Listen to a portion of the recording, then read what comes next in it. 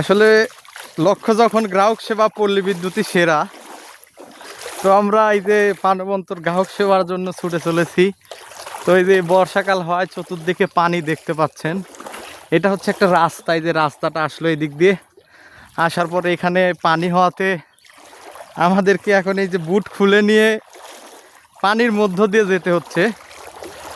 এই সামনে আরও অনেক পানি আছে। এই যে আমরা মিটার পরিবর্তন করতে আসছিলাম, আরসি করতে আসছিলাম, সামনে আমাদের আরও কাজ আছে।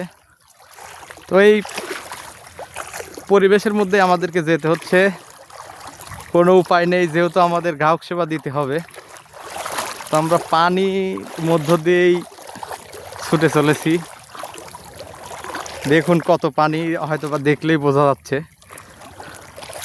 সামনের দিক দিয়ে অনেকটা পানি, প্রায় কোমর পর্যন্ত পানির মধ্য দিয়ে কিন্তু আমরা যাচ্ছি এখন। একদম পুরা ভিজে শেষ আমরা। এই যে পানি দেখতে পাচ্ছেন, বর্ষাকাল হয় চলনবিল এলাকায় এই একটা অসুবিধা।